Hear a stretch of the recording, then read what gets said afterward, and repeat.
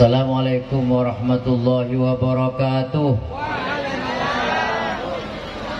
Bismillah walhamdulillah wassalatu wassalamu ala rasulillah Sayyidina wa maulana Muhammad ibni Abdillah wa ala alihi wa sahbihi wa man tabi'ahu wa wala wala hawla wala quwwata illa billah. Ashabul fadilah, para kiai, para alim, para syuriah MBCNU Banyu Putih, hafizahullah ta'ala, ketua Tanfidiyah, seluruh pejabat pemerintah, kepala dinas koperasi Bapak Nugroho, Bapak Kapolsek Pak Heru, dan juga camat kita Bapak Anang. Ini masih dalam kategori juga baru, Pak, baru di Banyu Putih aslinya, tapi kalau sudah pegawainya lama. Bapak dan Ramil ambil posisi belakang karena di depan agak panas mungkin. Dan sahabat-sahabat Banser yang berbahagia, tadi nggak disebut sama sekali Pak Banser itu ya. Luar biasa, ini adalah merupakan pagar keamanan Nahdlatul Ulama. Sahabat-sahabat saya dari pengurus PCNU, ada sekretaris yaitu Ustadz Khalqi Rahman yang terlempar tidak sebagus tapi diambil oleh PC. Untung saya ketua PC-nya bisa saya ambil, Pak. Baca Bapak Haji Fatah Yasin, wakil saya di PCNU, dan seluruhnya yang hadir, terutama pegawai-pegawai dari penyelenggara atau pengelola BMT yang cantik-cantik dan ganteng-ganteng ya. Dan terlebih dari itu semua, Bapak Direktur Utama BMT NU Jawa Timur, Adinda Mas Yudi. Kenapa saya panggil Adinda? Itu umurnya jauh dengan saya, dan di pondok memang dulu saya pengurus pusat, Mas Yudi pengurus rayon gitu ya. Pengurus rayon Iksas Sumeneb. Alhamdulillah pada siang hari ini, menjelang siang ini, kita bisa bertatap muka di tempat yang berbahagia ini untuk launching dan untuk acara seremonial meresmikan dibukanya BMTNU KSPP BMTNU Jawa Timur, khususnya di Kecamatan Banyu Putih. Betul tadi yang dikatakan bahwa ketika BMT itu belum masuk Jawa mungkin ya, saya ini termasuk orang yang sangat mengapresiasi untuk segera masuk ke situ Bondo. Banyu Putih itu memang pendaftar pertama dan kita upayakan, tapi ternyata kenapa kok ketiga-tiga ini yang ke-13 ya, ke-13 ini saya yakin bahwa tidak ada doa yang tidak terijabah, tidak ada doa yang tidak terkabulkan, yang ada adalah ditunda. Oleh karena itu maka jangan berkecil hati sama Bapak Haji Tris. Walaupun agak akhir, tapi ini adalah usianya seperti Imam Syafi'i. Beliau usia kandungannya itu sampai 2 tahun. Tapi begitu keluar dan lahir langsung hafal Al-Quran. Ketika tadi disampaikan bahwa saat ini banyak uang pendidikan disimpan di Bimda Sembagus, nanti dibuka, ditarik ke sini, Ustaz Khalqi sebagai pengawas itu gigit jari nanti. Tapi nggak begitu prinsipnya, tapi ini adalah kerjasama. Saya juga ingin melaporkan di forum ini karena baru ketemu dengan kepala dinas bahwa dalam 2 minggu ya, dalam 1 bulan yang lalu kami melihat Bapak bahwa ternyata di PCNU Situbondo dan juga mungkin MBC belum ada yang memiliki lembaga ekonomi yang berbadan hukum resmi, sehingga kami PCNU telah mendirikan koperasi. Sekarang tinggal nunggu NMB-nya belum keluar. Namanya koperasinya adalah 234 Ji Samsu. Ini tidak ada yang sama Indonesia. Koperasi 234 SK Menhumkamnya sudah keluar di masa Pak Sugiono kemarin, dan ini adalah akuisisi dari Koperasi Syariat Taufik yang di Penarukan itu. Langsung kita robah menjadi Koperasi 234. 2 artinya subuh, 3 artinya maghrib, 4 itu adalah zuhur, asar, dan Nesa. Insya Allah kalau 2, 3, 4 dilaksanakan maka akan semuanya selamat. 2, 3, 4 jika jumlah adalah 9, artinya koperasi bintang 9. Cuman namanya dirubah menjadi 2, 3, 4. Ada yang melesetkan teman-teman dan sahabat-sahabat dari Kiai di Suriah, koperasi masna wa thulatha wa ruba. Saat ini sedang memproduk untuk menerima pengaduan dari beberapa petani tembakau di Situbondo yang kesulitan pasar. Maka koperasi menggagas untuk menciptakan pabrik rokok. Pabrik rokok itu namanya, mereknya rokok poligami, sesuai dengan masna wa thulatha wa ruba. Setuju gak? Mungkin ibu-ibu gak setuju, jangan beli rokok poligami. Enggak Pak, nyamannya cuma seperti itu. Sekarang ada namanya jajan perawan, jajan janda muda, macam-macam sekarang itu. Nama-nama seperti itu adalah membuat orang tertarik, sehingga dengan nama itu mungkin bisa lebih berkah. Insya Allah nanti akan disampaikan ke Dinas Koperasi. Kami masih menunggu tentang surat izinnya Pak. Bapak yang berbahagia, BMT NU di Situbondo memang merupakan satu keniscayaan kehadirannya. Kehadirannya sangat membantu terhadap perekonomian warga Nahdlatul Ulama. Setiap hari dan setiap waktu kami mendengarkan tadi ada saja produk-produk baru yang ditampilkan sebagai bentuk jawaban atas dinamika kehidupan masyarakat, terutama di bidang perekonomian. Kalau tidak demikian maka nanti akan digilas oleh waktu dan zaman. Dari itu kami mengapresiasi atas berdirinya BMTNU di Kecamatan Banyuputih ini. Tinggal 3 kecamatan mungkin yang belum. Daerah Banyugulugur, daerah Jati Banteng. Jati Banteng sudah belum ya? Belum.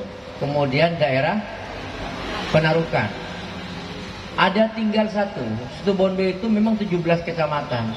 Tapi tolong diupayakan BMT-nya ikut MWC, jumlah MWC. MWC-nya itu adalah 18 MWC. Sebab ada MWC gabungan dari beberapa kecamatan, yaitu MWC NU Widoro Payung. Karena di atas di barat itu jauh-jauh jaraknya, sehingga kalau tidak disatukan dalam satu MWC yang berdekatan maka tidak efektif pelaksanaan kegiatannya. Maka ada Widoro Payung dipilih. MWC Widoro Payung ini adalah terdiri daripada beberapa ranting dari Kecamatan Besuki. Ada ranting dari Kecamatan Sumber Malang. Ada ranting dari Kecamatan Jati Banteng. 3 kecamatan itu yang berdekatan, desa-desanya dijadikan satu MWC, namanya MWC NU Widoro Payung. Ketika kami kemarin ada sosialisasi vaksin di 17 kecamatan, ternyata Widoro Payung itu bingung Pak. Kenapa? Karena nggak saya tempati. Saya bilang, kok nggak tempati, kenapa Widoro Payung? Widoro Payung belum memiliki camat, saya bilang. Dan belum memiliki Kapolsek, belum memiliki dan Ramel, sehingga tidak ada Forkopimkanya, nggak ada. Sementara kami turun ke bawah itu bersama dengan Forkopimka. Itu keunikan untuk MWCNU Widoro Payung. Tapi bagaimana cara mengatasinya? Kami sudah menyampaikan ke Pak Bupati, butuh adanya pemekaran kecamatan Pak di Situbondo. Ya hitung-hitung nambah pos-pos untuk camat gitu ya, nambah kasih-kasih di bawah, itu nambah pekerjaan namanya itu, yaitu di daerah Widoro Payung sana. Bapak yang berbahagia, selain itu juga kami sampaikan satu kasus. Ini seperti apa cara BMT mengatasinya nanti itu. 2 minggu yang lalu, setelah kami membuka klinik NU Bina Jasmani di Kapongan, ternyata fanatisme warga NU untuk berobat di klinik ini luar biasa. Ada warga NU dari kecamatan tertentu, mungkin sudah saya tulis di Facebook ya. Ini orang punya BPJS, tetapi BPJS-nya nggak mau digunakan Dan BPJS hanya bisa digunakan di rumah sakit Abdul Rahim. Tapi ini masuk ke ke klinik, mau dirujuk nggak mau. Kenapa nggak mau dirujuk? Takut mati katanya. Loh, kok takut mati kenapa? Karena banyak tetangga saya masuk rumah sakit itu langsung mati di masa Covid kemarin. Akhirnya BPJS-nya nggak dipakai. Dokter dan para perawat di klinik bingung. Nelpon saya, "Gimana nih Kiai?" katanya. "Mau diterima nggak?" "Terima Pak." "Ongkosnya gimana?" "Tanggung jawab saya." Kan tidak boleh seorang pemimpin memberikan keputusan yang meragukan, nggak boleh. Harus tegas. Nggak boleh, jangan sampai ragu-ragu. "Tunggu ya, nanti saya carikan." Nggak bisa kayak gitu. "Tanggung jawab saya Pak, soal ongkos." Padahal nggak punya uang saya Pak. Akhirnya hitung berapa hitungannya. Ternyata habis 770. Kami ngetuk tular teman-teman. Pak Ali Wafi juga mungkin belum ngirim ya, tapi hanya ada kesanggupan. Itu adalah 850.000. Saya bayar sama Pak Dokter ini bayarannya. Tapi ini cukup sekali ini dokter, jangan berulang-ulang saya bilang. Sebab apa? Yang bersangkutan ini punya BPJS, tidak mau digunakan karena takut ke rumah sakit. Ini yang pertama. Kira-kira menjawab yang begini untuk BMT ada tabungan apa namanya ini? Apa namanya? Wakaf dan alhamdulillah, nanti kita tinggal mengajukan secara lagi ya. Kalau ada kasus warga ini, sebab syaratnya untuk bisa berobat di klinik itu gratis harus punya Kartano. Mohon maaf. Kalau enggak beli Kartano kami tidak terima. Sebab Kartano itu adalah indikator sebagai anggota warga Nahdlatul Ulama. Makanya Kartanonya jangan macet di meja baju putih. Kalau ternyata Puskesmas menolak, ini semua menolak karena nggak punya uang, kirim ke klinik gratis Pak. Mulai kapan? Mulai sekarang. Tapi ketentuan gratis nggak ada di situ. Itu kebijakan ketua PCNU. Dari mana ngambil uang? Pak Nugroho nanti dia mintai gitu. Sebab ukurannya adalah kalau ada orang sakit tidak mampu, apa mau dibiarkan dia mati? Enggak, jangan. Ukurannya adalah kalau di dalam urutan-urutannya maka ditanggung oleh biaya negara. Cuman biaya negara kadang-kadang harus memiliki ini macam-macam. Tidak cepat diobati kadang-kadang kalau belum memiliki kartu, sampai mati kadang-kadang. Repot. Ini juga kritik untuk mungkin bagaimana percepatan namanya sekarang itu ada sehati dan semacamnya adalah supaya betul-betul diperhatikan. Kalau ternyata negara tidak punya uang, maka kewajiban fa'ala ma yasiril muslimin. Maka wajib biayanya dibiayai oleh Pak Haji. Kalau saya katakan maya siril muslimin, orang-orang mampu di kalangan umat Islam. Hanya biaya 1 juta, urunan 10 orang 100 ribuan, insya Allah tidak akan buat dia miskin. Itu yang kami tanggulangi seperti itu. Alhamdulillah masyarakat dan warga NU ternyata sangat tanggap terhadap hal-hal yang seperti itu. Maka dari itu insya Allah bulan Oktober yang akan datang, kalau selesai syarat-syaratnya, klinik akan bekerja sama dengan BPJS. Dan kalau sudah BPJS, sekarang sudah banyak nunggu, pegawai tambah 300 orang nunggu, nggak mau BPJS dikasih sama yang lain Pak, nunggu NU. Ada pegawai PT Salam itu mungkin 3 ribuan, itu adalah BPJS nggak bertuan. Kenapa? Nunggu klinik NU. Cuma kliniknya belum cukup syarat untuk dapat MOU dengan BPJS. Begitu dapat syarat punya 4.000 saja BPJS, kami sudah bikin klinik. Karena kita sudah bisa mandiri, bisa gaji sendiri, bahkan sudah bisa nabung untuk segera membangun rumah sakit. Tahun 2022 yang akan datang, mungkin di pertengahan kami sudah punya target, kita akan meletakkan batu pertama untuk membangun rumah sakit termegah dan tergagah di tingkat ini. Itu yang terjadi sekarang. Ada 3 investor yang mau masuk, kami seleksi. Dari Jakarta 1 minta bentuknya supaya PT. Kalau PT enggak berkenan para kiai. Sekarang sedang diurus untuk bentuknya adalah yayasan. Nanti tanggal 9 diundang oleh YRC. YRC itu Yayasan Rumah Sakit Islam Surabaya. Mengajukan sama Pak Noh, yang diterima dan akan diundang hanya 2. Rumah Sakit NU dan Rumah Sakit Nyai Zubaidah. Hanya dua ini. Berarti ini bersaing nanti antara Nyai Zubaidah dengan Rumah Sakit NU. Kenapa? Ini satu patarangan, satu tempat istirahat. Kira-kira begitu ya. Bapak Ibu berbahagia, inilah beberapa hal yang mungkin bisa kita lakukan dan mohon kerjasamanya dengan BMTNU untuk masa-masa yang akan datang. Dan kalau sudah beredar saat ini BMT itu berupa jasa keuangan, maka pertanyaannya, untuk koperasi 234 itu kira-kira bergerak di mana? Jangan khawatir, kami tidak akan bergerak di KSPP, koperasi simpan pinjam tidak. Kami bergerak di bidang industri, di bidang perdagangan, dan bahkan di bidang pertambangan.